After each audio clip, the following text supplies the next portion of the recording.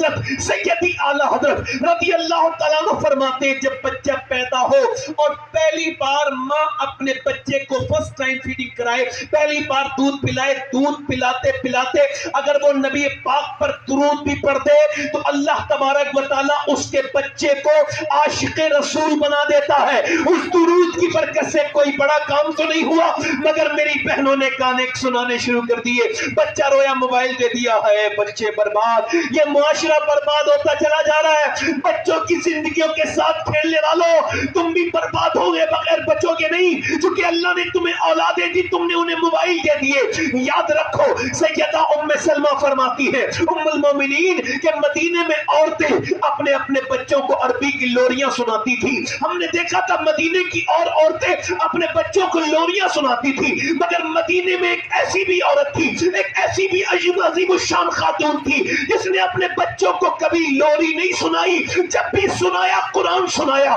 وہ چکی چلاتی تھی قرآن سناتی تھی، وہ جھاڑو لگاتی تھی قرآن سناتی تھی، وہ روٹیاں بناتے بناتے قرآن سناتی تھی، جو اپنے بچے کو سلاتی تھی بیٹوں کو تو قرآن سنا سنا کے سلاتی تھی۔ اور جب اس کا بچہ بڑا ہوا تو اس نے کربلا کے میدان میں جا کر اپنے سر کٹنے کے بعد نیزے پہ چڑھ کے قرآن پڑھ کے اعلان کر دیا اگر ماں بچپن میں قرآن سنائے تو بیٹا شہید ہو جاتا ہے مگر قرآن نہیں بھولتا۔ قرآن نعرہ تکبیر، نعرہ رسالت، عشق و محبت، عشق و محبت، بستی بستی دریا دریا، نعرہ تکبیر، نعرہ رسالت، مسلک اعلیٰ حضرت۔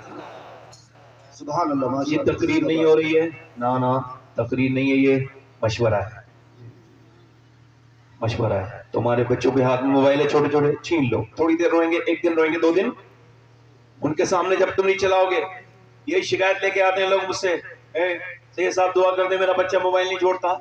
میں کہنے لگا بھائی صاحب بچہ کیسے چھوڑے گا؟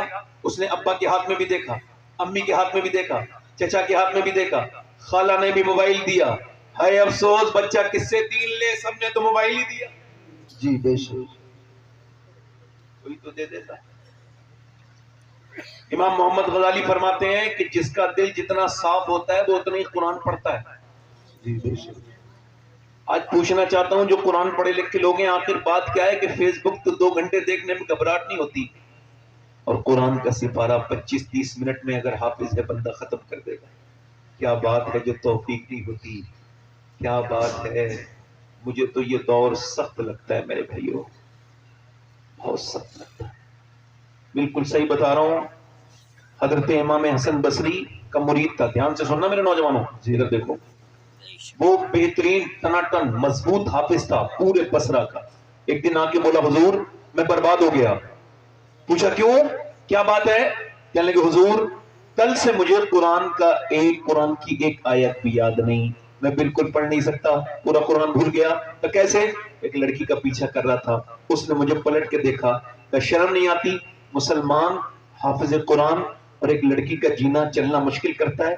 کہتے ہیں اس کے الفاظ میرے سینے پہ جب گئے تو ایسے لگے جیسے نشتر چپتا ہے، مجھے پسینے آ گئے، اور حضور اس کے بعد سے لے کر میں قرآن پڑھنا چاہ رہا ہوں مگر قرآن پڑھ نہیں پا رہا ہوں، میرا اللہ مجھ سے ناراض ہوا، میرے سینے سے قرآن نکل گیا، ابھی تو قرآن نکلا ہے کہیں میرا ایمان نہ نکل جائے۔